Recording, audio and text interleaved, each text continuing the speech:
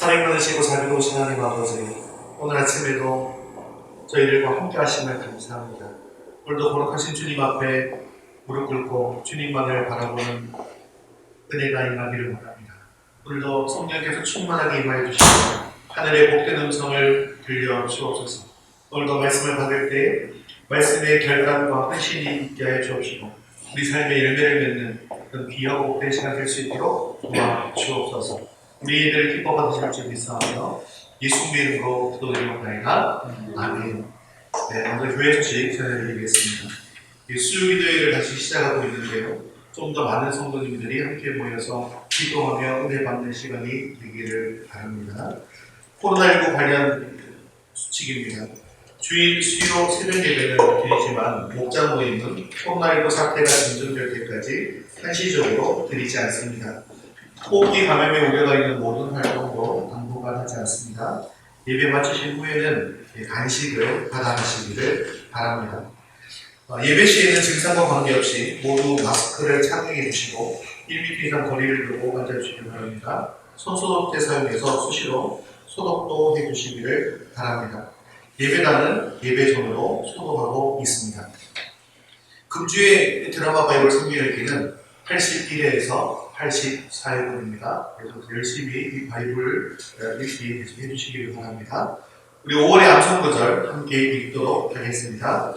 인도의 확신, 잠언 3장 5절에서 6절 말씀. 너는 마음을 다하여 여호와를 의뢰하고 내 명철을 의지하지 말라. 너는 범사에 그를 인정하라. 그리하면 내 길을 지도하시리라. 잠언 3장 5절에서 6절 말씀. 아멘. 이제 우리의 시선을 하나님께로 올려드리겠습니다. 사도신경으로 신앙 고백하시겠습니다. 전능하사 천지를 만드신 하나님 아버지를 내가 믿사오며 그 외아들 우리 주 예수 그리스도를 믿사오니 이는 성령으로 잉태하사 동정녀 마리아에게 나시고 본교 빌라도에게 고난을 받으사 십자가에 못 박혀 죽으시고 장사한지 사흘 만에 죽은 자 가운데서 다시 살아나시며 하늘에 올사 전능하신 하나님 편에 앉아 계시다가 저리로서 산자와 죽은 자를 심판하러 오시리라. 성령을 믿사오며 거룩한 공의와 성도와 서로 교통하는 것과 죄를 사하여 주시는 것과 몸이 다시하는 것과 영원히 사는 것을 믿사옵나이다. 아멘. 오늘도 우리가 박수치면서 힘있게 찬송드리기를 원합니다. 찬송가 542장 구주 예수 의지하니 함께 찬송드리겠습니다.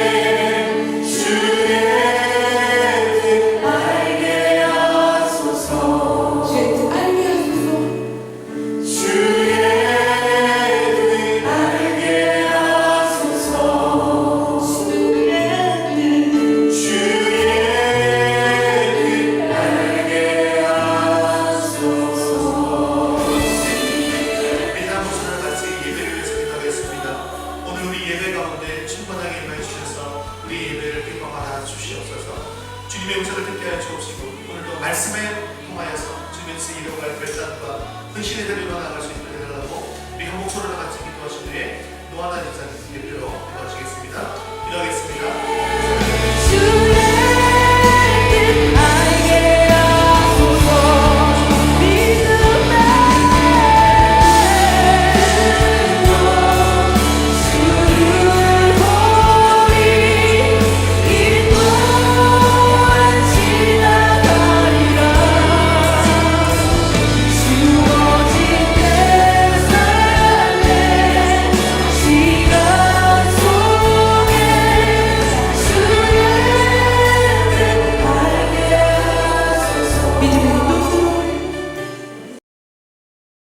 사랑해 주님 감사합니다. 지난 한 주도 지켜주시고 함께하여 주셔서 이 시간 주님 앞에 나와 예배드리게 하여 주시는 감사드립니다.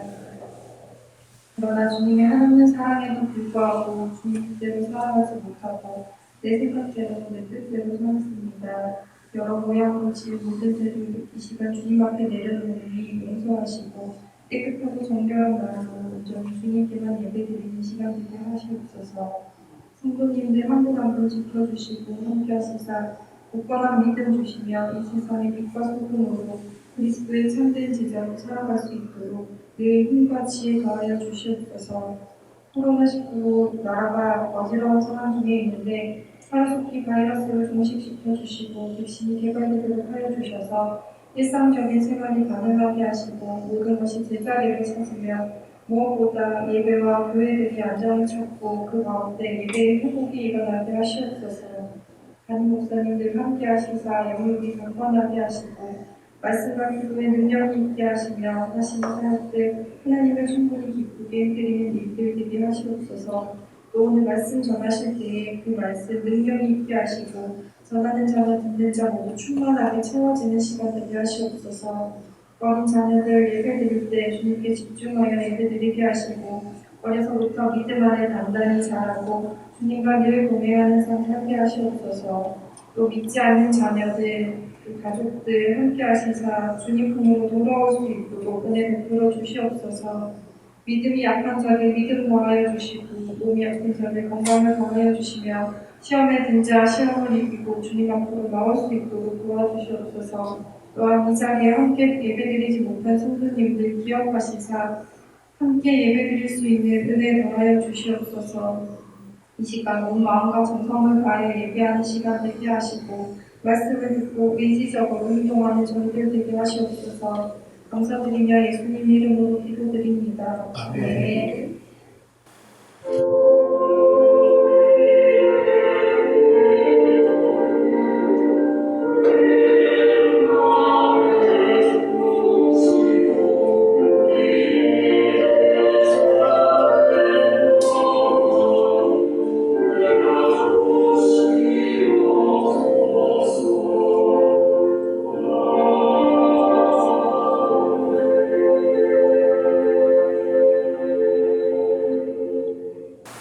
오늘 하나님 말씀은 누가복음 9장 10절에서 17절까지 말씀입니다.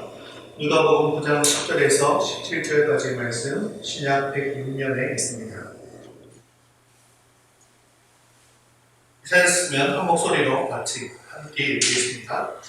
사도들이 돌아와 자기들이 행한 모든 것을 예수께 여쭈니 들이시고 따로 벳세다라는 곳으로 떠나가셨으나 우리가 알고 따라왔거늘 예수께서 그들을 영접하사 하나님 나라의 일을 이야기하시며 병 고칠 자들을 고치시더라.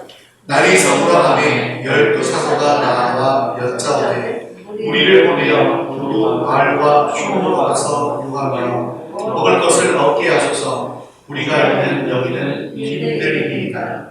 예수님께서 이르시되 너희가 먹을 것을 주라 하시니 여짜오되 우리에게 떡 5개와 물고기 2마리밖에 없으니 이 모든 사람을 위하여 먹을 것을 사지 아니하고서는 할 수 없사옵니다 하니 이는 남자가 한 5,000명 됨이니라.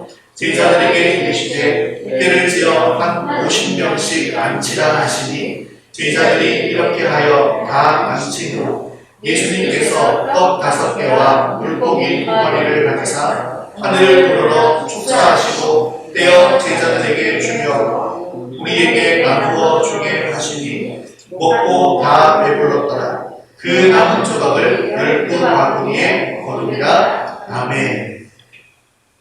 주님께서는 자신의 능력과 권위를 제자들에게 주셔서 복음을 전하고 또 병든 자들을 고치게 하셨습니다. 마을 곳곳을 다니면서 복음을 전할 때 놀라운 일들이 일어났습니다. 그리고 오늘 말씀은 제자들이 이 사명을 다 마치고 돌아오는 것으로 시작합니다. 그리고 우리가 잘 알고 있는 오병이어의 기적이 일어나죠. 복음서는 4개가 있습니다. 하지만 이 4개의 복음서는 관점에 따라서 각각 조금씩 다르게 기술되어져 있습니다.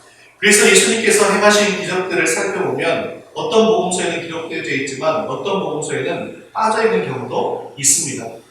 그런데 그 중에서도 이 사복음서 모두가 다 기록하고 있는 기적의 사건은 2가지가 있습니다. 그것은 바로 부활 사건과 이 오병이어의 사건입니다. 그리고 이 오병이어의 기적은 지금까지 보여주셨던 기적들 중에서도 가장 영향력이 큰 기적이었다고 할 수 있습니다. 왜냐하면 가장 많은 사람들에게 보여주셨던 그런 기적이기 때문입니다. 아마도 지금 갈릴리 사역의 마지막을 보내시면서 좀 더 많은 사람들이 이 기적을 경험하고 그리고 이 기적을 통해서 예수님이 어떤 분이신지를 제대로 깨달아서 그리고 회개하고 주님의 품으로 돌아와 천국의 백성이 되기를 바라셨던 것일지도 모르겠습니다. 오늘 우리도 이 오병이어의 기적을 통하여서 예수님이 어떤 분이신지를 바로 알고 또 주님의 일꾼으로 귀하게 쓰임받을 수 있게 되어지기를 주님의 이름으로 축원합니다.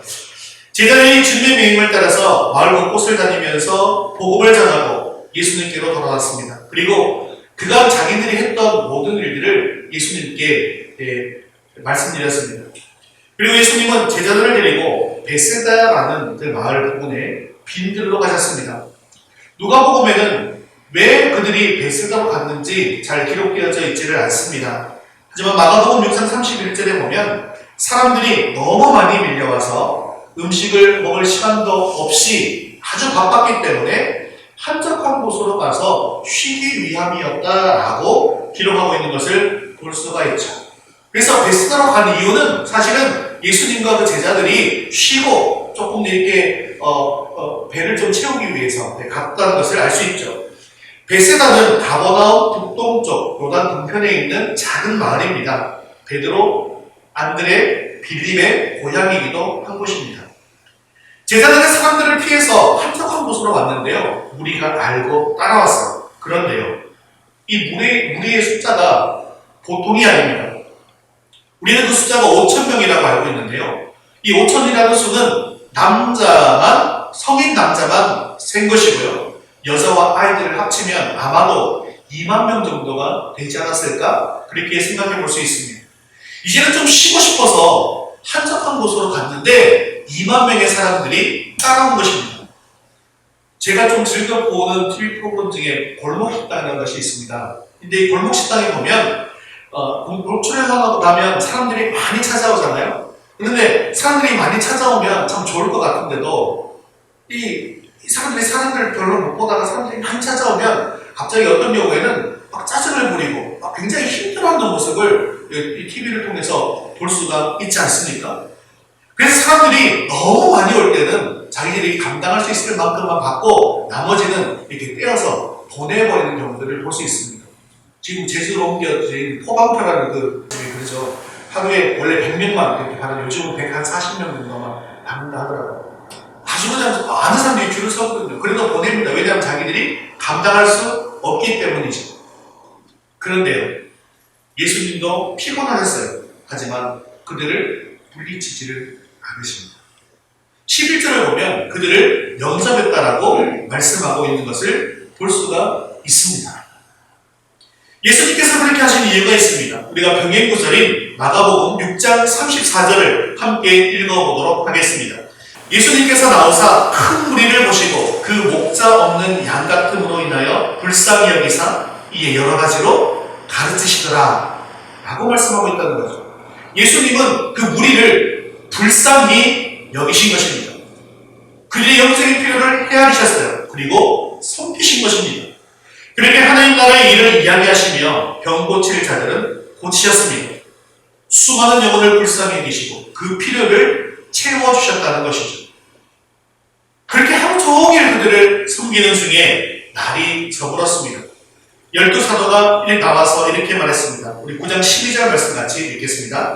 날이 저물어가매 12사도가 나와 여짜오되 우리를 보내어 두루 마을과 촌으로 가서 유하며 먹을 것을 얻게 하소서. 우리가 있는 여기는 빈들입니다. 그들이 이렇게 말한 이유가 무엇일까요?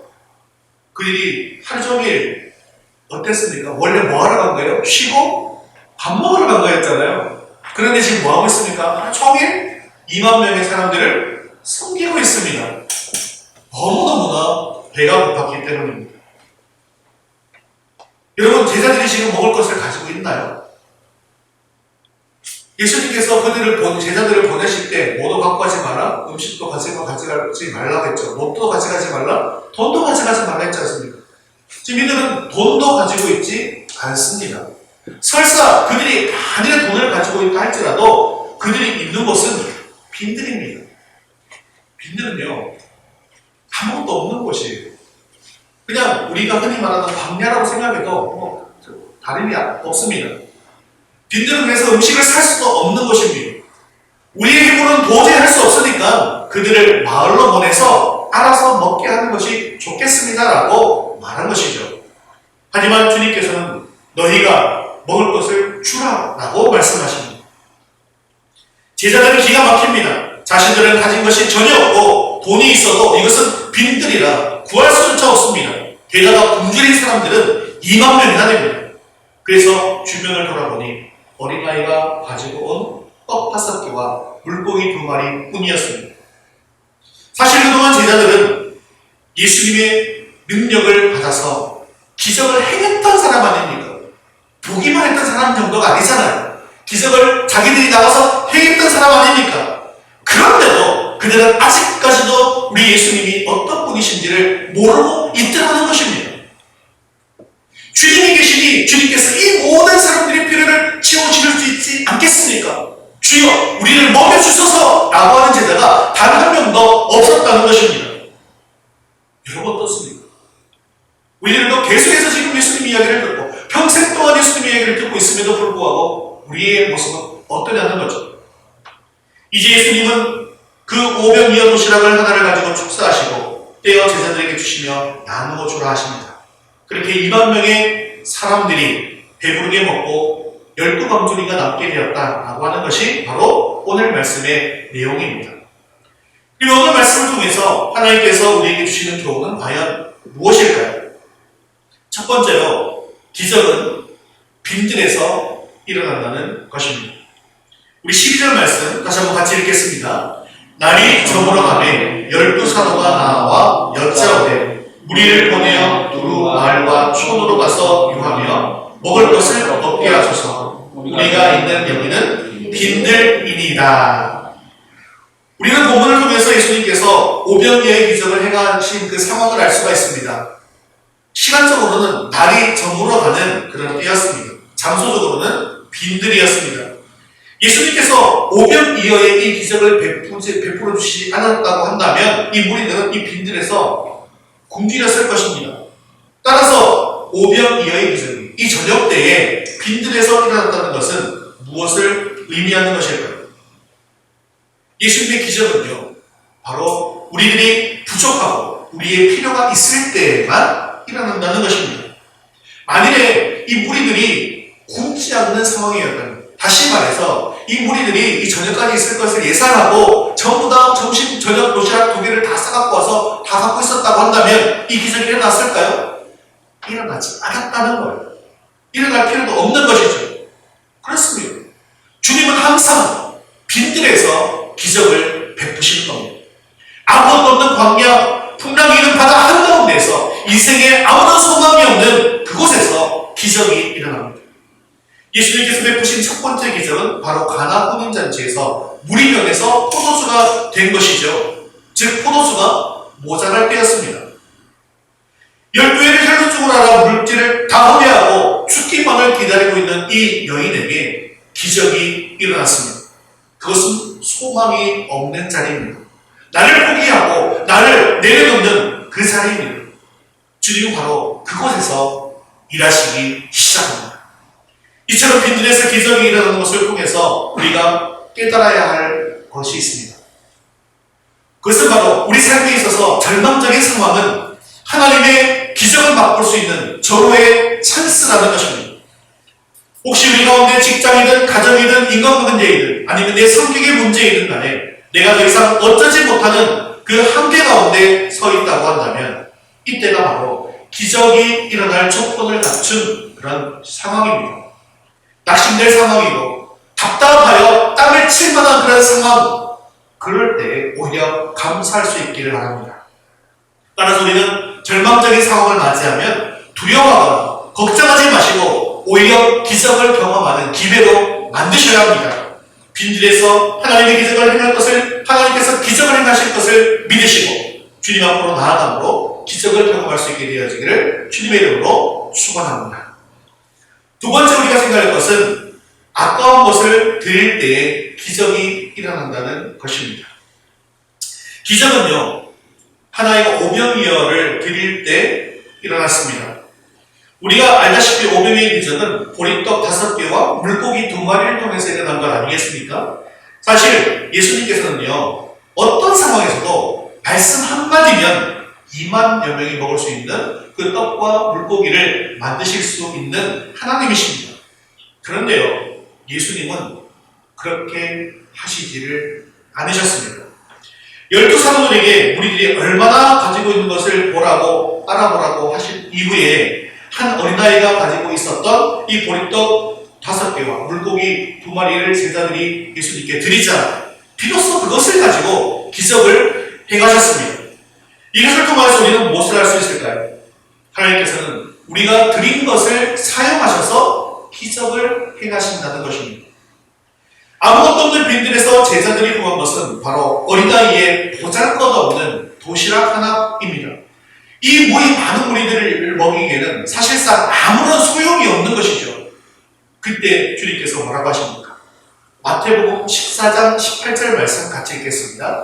이르시되 그것을 내게 가져오라 하시고 아멘. 우리가 때때로 우리의 힘으로 도저히 할 수 없는 일을 만납니다. 그럴 때 주님은 이렇게 말씀하십니다. 내게 가져오라. 네가 가지고 있는 그 보잘것없는 것, 그것을 내게 가져오라. 네가 감당할 수 없는 그 문제지만 그것을 내게 가져오라. 우리 함께 해봅시다. 내게 가져오라. 우리는 주님의 이 말씀을 기억해야 합니다. 내가 가진 것을 주님의 손에 올려드려야 합니다. 내가 가진 엄청나게 큰 문제도 주님의 손에 올려드려야 합니다. 내가 가진 보잘것없는 작은 것도 주님 앞에 올려드려야 합니다. 우리가 이렇게 주님의 손에 올려드릴 때 주님께서 비로소 일하시게 된다는 것이죠. 그러면 이 어린아이가 오병이어를 드린 것이 과연 무슨 의미일까요? 어린아이가 빈들에 있다가 오병이어를 드렸다라고 하는 것은 우리가 또 이런 얘기 많이 했을 거예요. 어머님이 사주신 도시락을 가지고 있었는데 이렇게. 그런데 어린아이가 하루 종일 그 집회 자리에 있었다는 것은 사실은 좀 우리가 상상하기가 어렵습니다. 우리가 상상하면 그 주변에 누가 또 같이 있겠습니까? 부모님도 같이 있었다고 우리가 유추해 보시지 않겠습니까? 그 가족이 먹으려고 가지고 있었던 숨겨두었던 도시락 하나입니다. 주변에 보니까 굶주린 사람들이 너무 많아요. 그 끄집어 내놓으면 하나도 못 먹을 것 같아요. 그래서 고백에 고이고이 숨겨놨던 것입니다. 이 아이가 고이고이 숨겨놨던 거예요. 그런데 그것을 모두 내놓는 것 쉬운 일일까요? 어려운 일일까요? 어려운 일입니다. 어려운 일이에요. 특히 어린아이에게, 배고픈 어린아이에게 먹을 것을 받아낸다고 하는 건 쉬운 일입니까? 어려운 일입니까? 굉장히 어려운 일입니다. 그리고 이 아이 입장에서 또 그 가족 입장에서 굉장히 아까운 마음이 들 것입니다. 이것은요, 사실은 믿음이 없이는 할 수 없는 일입니다. 하지만 우리가 그 아까운 것을 주님의 손에 내어놓을 때에 주님께서 일하시는 것을 기억하시기 바랍니다. 믿음으로 그것을 내놓자 주님께서 그 믿음을 보시고 오병이어의 기적을 일으키신 것입니다. 나중에 내가 먹을 것 다 먹고 내가 할 것 다 하고 남는 것을 하나님께 드려서는요, 하나님께서 결코 기적을 행하시지를 않는다는 것이죠. 우리가 드릴 것이 없는 상황에서도 믿음으로 드릴 때에 기적을 행하시는 것을 기억하십시오. 없다고 힘들다고 주님께 드리지 않으면 기적을 경험할 수가 없습니다. 기적을 경험하기 원한다면 힘들고 어려울수록 주님께 주님 손에 올려드려야 한다는 겁니다. 사랑하는 성도 여러분, 우리 믿음의 시작이 바로 여기에 있습니다. 엘리야는 흉년이 들자 사르밧 과부의 집에 들어가서 먹을 것을 구했습니다. 하지만 그 과부는 한 끼밖에 먹을 것이 없었어요. 그래서 그것을 아들과 함께 먹고 죽으려고 했습니다. 그래서 엘리야가 그것을 나에게 먼저 먹게 하라라고 하였습니다. 참으로 기가 막힌 말 아닙니까? 하지만 과부는 선지자의 말에 가루 한 움큼과 기름 조금으로 떡을 만들었습니다. 그리고 선지자를 극진히 대접했습니다. 아들에게 마지막으로 먹일 양식이었어요. 이들에게는 바로 생명과 같은 그런 양식이었습니다. 그런데 그것을 주의 종에게 드릴 때 통과 병에는 가루와 기름이 마르지 않는 기적이 일어났습니다. 갈멜산에 불이 내리는 기적이 일어났을 때라고 생각해 보십시오. 그때는 3년 6개월 동안 가뭄으로 고통받고 있을 때였습니다. 3년 6개월 동안 비가 한 방울도 내리지 않았어요. 그래서 물이 너무 귀할 때입니다. 한 방울의 물이 아까울 때입니다. 이 번제물과 나무에 물을 12통을 부었습니다. 얼마나 많이 부었는지 그 주변에 파놓았던 도랑에도 물이 가득 찼다라고 이렇게 기록하고 있습니다. 얼마나 아깝습니까? 하지만 주님은 바로 그것에 임하셨습니다. 엘리야의 그 재단에 불을 내려주셨다는 것이죠. 그런데 주님께 드리는 것을 아까워한 사람이 있습니다. 그 사람은요, 주님과 가장 가까운 사람이었어요. 하지만 결국 저주를 받는 사람이 되고 맙니다. 마리아가 주님께 감사해서 향유옥합을 깨뜨려서 주님의 발에 부어드렸어요. 그럴 때 그 귀한 것을 왜 헛되하느냐라고 호통을 칩니다. 아깝다는 거죠. 이 사람이 누구입니까? 바로 유다입니다. 사랑하는 성도 여러분, 우리 주님은 우리를 위해서, 나를 위해서 생명까지도 내어주신 분이십니다. 그런데 그분께 우리가 무엇을 드리든 아깝겠습니까? 주님은 나의 아까운 것을 드릴 때에 받으시는 줄로 믿으시기를 바랍니다. 주님은 이 아이가 드린 오병이어 도시락을 들고 축복하신 뒤에 친히 떼어주셨어요. 그러자 제자들이 그것을 사람들에게 나누어 주었습니다. 떡을 축사하신 후 제자들에게 그냥 그대로 다 주면서 나눠주라 한 것이 아니라 주님 손에서 계속해서 떼어서 주시는 것입니다. 제자들 손에서 떡이 불어난 것이 아니라 주님 손에서 떡이 불어난 것, 이것이 중요합니다. 제자들은 주님과 사람 사이를 왔다 갔다 하면서 떡을 나눴습니다. 여기에 바로 복의 원리가 숨어 있습니다. 자신은 아무것도 하지 않으면서, 아무것도 드리지 않으면서 하나님께 기적을 달라고만 당부하는 것은 사실 주님의 일을 감당하는 성도로서 바른 자세가 아니라는 거죠. 먼저 주님 앞에 내어놓고 주님께서 축복하시게 해서 예수님에게 계속해서 공급받을 수 있어야 한다는 것입니다. 내가 가지고 있는 것을 주님의 손에 완전히 맡겨드려야 합니다. 그럴 때 주님께서는 우리를 위해서 계속해서 떡을 떼어 주실 줄 믿습니다. 사랑하는 성도 여러분, 지금 우리는 빈들에 있어서 가진 것이 별로 없는 것 같습니다. 하지만 내가 가지고 있는 그 적은 것을, 또 내가 가지고 있는 참 내가 아끼고 아까운 것을 주님 앞에 드릴 수 있게 되어지기를 바랍니다. 그럴 때 바로 주님께서 우리와 우리 가정과 교회를 축복해 주실 줄 믿습니다. 세 번째 우리가 생각해 볼 것은 남은 것은 거두어 가신다고 하는 것입니다. 우리 16절 말씀을 같이 읽겠습니다. 예수님께서 떡 5개와 물고기 2마리를 가지사 하늘을 우러러 축사하시고 떼어 제자들에게 주어 우리에게 나누어 주게 하시니, 주님께서는 아예 오병이어를 축복하시고 그것을 떼어서 계속해서 제자들에게 나누어 주셨다고 했죠. 그리고 제자들은 주님에게 그 떡을 받습니다. 그래서 쉴 새 없이 사람들에게 나누어 주었습니다. 즉 예수님은요, 일을 하실 때 제자들을 통해서 일하신다는 것입니다. 12제자를 파송하실 때의 모습도 한번 생각해 보십시오. 예수님께서 제자들에게 뭘 주셨습니까? 능력을 주시고 권위를 주셔서, 그래서 사람들에게 나누어 주게 해주지 않습니까? 복음을 나누어 주게 했잖아요. 똑같은 원리인 거예요. 예수님께서 제자들에게 떡을 떼어주시고 제자들은 그 떡을 계속해서 나누고 있습니다. 바로 그 떡이 생명의 말씀, 진리의 말씀 아니겠습니까? 이렇게 예수님은 제자를 통해서, 특히 성도들을 통해서 일하신다는 것이죠. 하나님은 언제나 우리를 통해서, 성도들을 통해서 일하시는 것을 기뻐하십니다. 그리고 주님은 우리에게 주실 때 우리가 충분히 일할 수 있도록 풍성하게 주신다는 것이죠. 17절에 보면 모두가 다 먹고 배불렀더라 라고 기록하고 있습니다. 그리고 그 남은 조각을 12바구니에 거두니라 라고 하고 있습니다. 즉 주님께서 베푸신 이 은혜, 이 기적은요, 그저 사람들에게 약간의 만족만 준 것이 아니라는 거예요. 배부르고도 먹고 남은 것이 12바구니가 될 정도로 풍족했다는 것을 말씀하고 있습니다.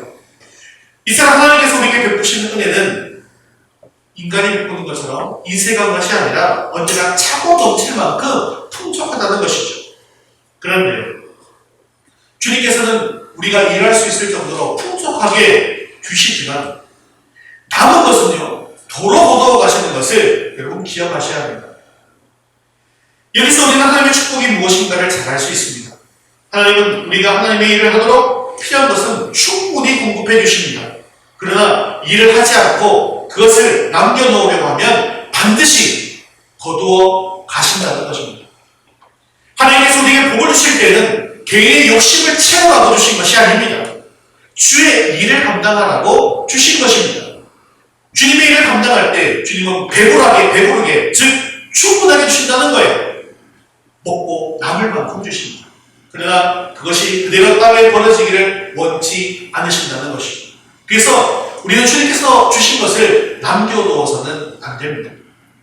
주님께서 주시는 그 놀라운 복을 우리는 사용해야만 한다는 것이죠.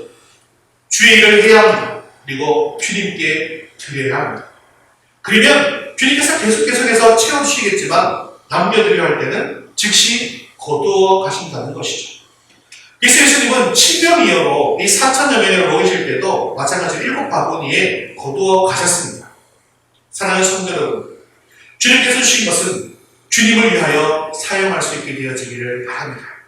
그러면요, 배가 부를 때까지 떡을 떼어주시는 것처럼 일할 것을 더욱더 많이 주시고 더 많은 것으로 복 주십니다. 그래서 우리는요, 주일은 하지 않으면서 주님 주시옵소서만 부르셔서는 안 된다는 거예요. 우리가 건강을 주세요, 물질의 복을 주세요, 자녀이 잘되게 해주세요 라고 기도하는데요, 왜 이렇게 잘되기를 구하십니까? 도대체 누구를 위해서 잘되기를 원하십니까? 내가 잘돼서 잘되기 원해서가 아니라 주님의 영광을 위해서, 주님의 이름을 위해서 잘되기를 기도하셔야 됩니다. 결국 잘되는 건 똑같잖아. 주님의 영광을 위해서, 주님의 이름을 위해서 내가 잘되려 한다는 거죠. 그런데 그거 상관없이 나만 잘되게 해주세요 라고 해서는 안 된다는 겁니다. 하나님의 이름을 높이기 위해서, 하나님의 영광을 위해서 잘되기를 기도해야 한다는 것입니다. 그렇게 기도하고 주님을 위해 사용하면 계속해서 복을 부어주실 것입니다. 사랑하는 성도 여러분, 우리 주님께서는 일하지 않으면 거두어 가신다는 사실을 기억하시기를 바랍니다. 이 말씀을 나누다 보니까 요즘 너무 나라를 시끄럽게 하는 그런 뉴스가 하나 생각나지 않습니까? 요즘 뉴스만 틀면 정의연이나 나눔의 집 이야기가 아주 뉴스를 도배하고 있지 않습니까? 지금 그들이 가지고 있는 문제가 무엇입니까? 막대한 후원금과 나라로부터 보조금을 받았는데요, 그것을 제대로 사용하지 않고 모아뒀고 쌓아뒀기 때문에 문제되는 거 아니겠습니까? 130억을 모아서 부동산에 60억 투자하고 70억은 현금으로 현재 가지고 있답니다. 그런데 할머니들은 제대로 된 옷 한 벌조차 못 사입고, 그리고 제대로 된 식사 한 끼 안 사드리고, 병원에 가도 병원비는 본인 개인 부담으로 해야 되고, 심지어 소장은 개인 변호사 선임 비용을 후원금으로 사용했다는 의혹을 받고 있습니다. 물론 사회적으로 어떤 결론이 날지 우리는 지켜봐야 하겠죠. 남겨두어서는 문제가 된다는 거예요. 사실 그런데 이것은 교회도 마찬가지입니다. 물질이 남을 때 마귀가 역사합니다. 갈라지는 교회를 보면 대부분 물질이 남았을 때입니다. 사랑하는 성도들, 우리 각자에게도 주님께서 우리에게 부어주신 복들이 있습니다. 주님께서 우리에게 주신 놀라운 은사들이 있습니다. 그것을 남겨서 내 욕심을 채우려고 하면 주님께서 반드시 거두어가신다는 사실을 기억하십시오. 부족하고 연약한 우리에게 주님께서 오병이어의 기적으로 가득 채워주셨습니다. 그 주신 복으로 우리는 우리의 힘이 닿는 데까지 주님의 일을 열심히 감당할 수 있게 되어지기를 주님의 이름으로 축원합니다. 말씀을 맺겠습니다. 주의 일을 감당하라고 주님께서 우리를 이곳에 불러주셨습니다. 하지만 내 자신을 돌아보면 여전히 한 어린아이와 같이 연약하고 부족합니다. 가진 것이 보잘것이 없습니다. 능력이 없습니다. 소망이 없는 것처럼 보입니다. 하지만 우리 주님께서는 내가 이렇게 한없이 연약할 때 찾아오십니다. 그리고 그때 주님의 일이 시작됩니다. 우리 삶에 있어서 절망적인 상황은 오히려 하나님의 기적을 맛볼 수 있는 절호의 찬스입니다. 내가 가지고 있을 때는 보잘것 없는 것이었지만 주님의 손에 들려지면 놀라운 기적이 됩니다. 내가 가진 작은 것을 주님께 드리십시오. 그럴 때에 주님께서 일하십니다. 주님께서는 마지막 만찬에서 제자들에게 떡을 떼어서 주셨던 것처럼 빈들에서 떡을 떼어 제자들에게 주셨습니다. 그리고 제자들은 그 음식을 무리들에게 전달했습니다. 그렇게 주님께서 우리에게 주실 때 우리가 해야 할 일은 바로 그 떡을 세상에 믿지 않는 자들에게도 나눠주는 그 사명을 감당하는 것입니다. 지금 이 말씀 나누니까 또 내가 성찬도 생각나지 않습니까? 성찬도 떡을 떼어서 제가 주님을 대신해서 떡을 떼어서 여러분에게 드리잖아요. 그걸 먹잖아요. 그래서 그 떡을 먹고 고난만 지각해 서는 제가 안 된다고 했죠. 물론 그 주님의 고난, 주님이 내 죄를 대신해서 이 살이 찢기는 고난을 당하셨음을 믿고 감사하는 그런 은혜도 우리에게 임해야 되지만 또 모두 임해야 됐습니다. 그 떡을 세상에 나누어서는 그 일도 감당해야 한다라고 말씀드렸지 않습니까? 그리고 이것으로 말미암아 하나님께 영광 돌리는 자리로까지 나가야 한다. 다 이렇게 일맥상통한 이야기 나는 것이죠. 오늘 우리에게도 이런 오병이의 기적이 일어나 나를 통해서 주님의 기적을 나눌 수 있게 되어집니다. 주님의 이름으로 축원합니다. 우리 자리에서 일어나셔서 헌신성 주가 일하시네 함께 찬양 드리신 후에 기도와 축도로 예배를 마치겠습니다.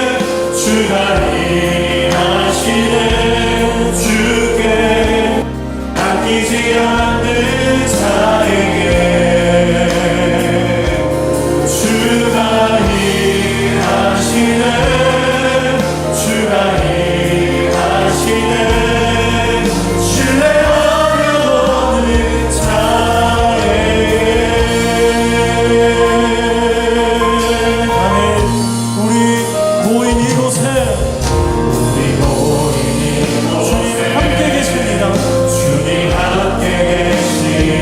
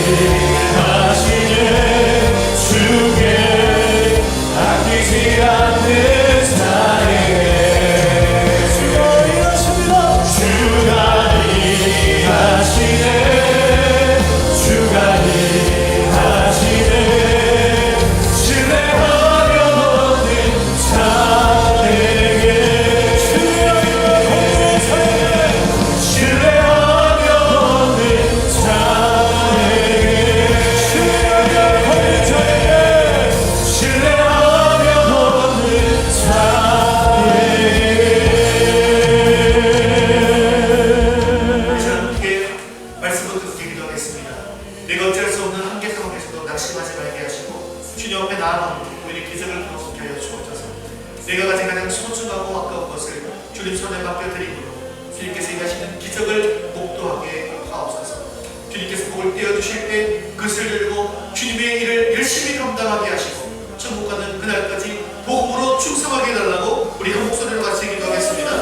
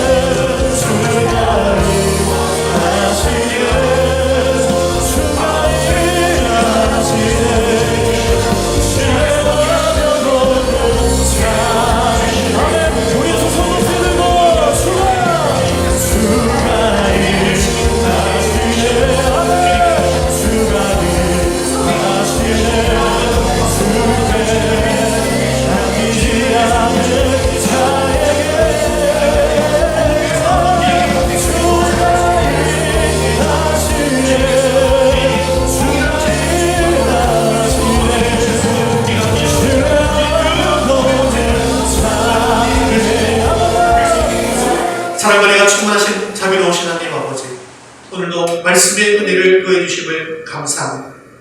우리 생각 가운데 아무것도 없는 광야, 풍랑이는 바다 한가운데 소망이 없을 때 우리와 함께 하셔서 기적을 보여주시는 주님을 온전히 믿습니다. 주님의 기적에 동참하기 위해서 어린아이처럼 나의 가장 귀하고 아까운 것을 주님께 드리게 하옵소서.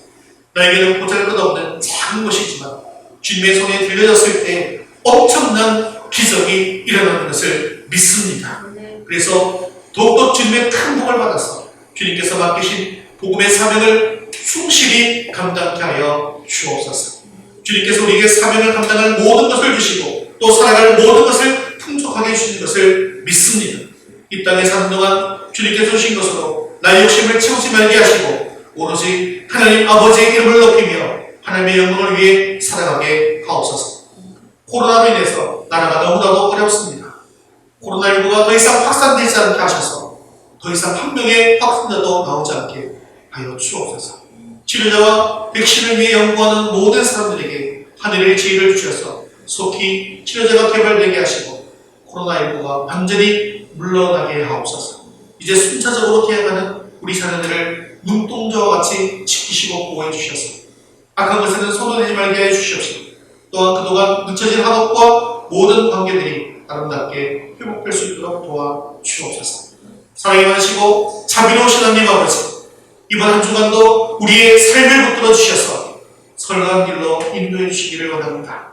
우리가 기도할 때 이 땅 가운데 닫혔던 모든 것들이 활짝 열리게 하옵소서. 우리가 영에 속한 사람이 되어서 이 땅에 살아갈 때 육적인 것에 사롭지 말게 하시고 오직 하늘의 영광을 구하며 이 땅에서 감당해야 할 일들을 겸손함으로 감당케 하여 주시옵소서.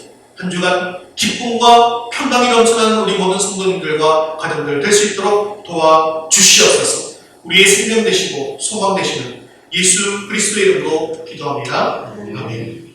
이제는 우리 주 예수 그리스도의 은혜와 하나님 아버지의 크신 사랑하심과 성령님의 위로 교통하심이 우리 인생의 빈들에서 주님께 소중한 것을 드림으로 더 크고 귀하게 쓰임받기를 원하는 사랑하는 성도들 머리 위에 이제부터 영원까지 함께 있을지어다.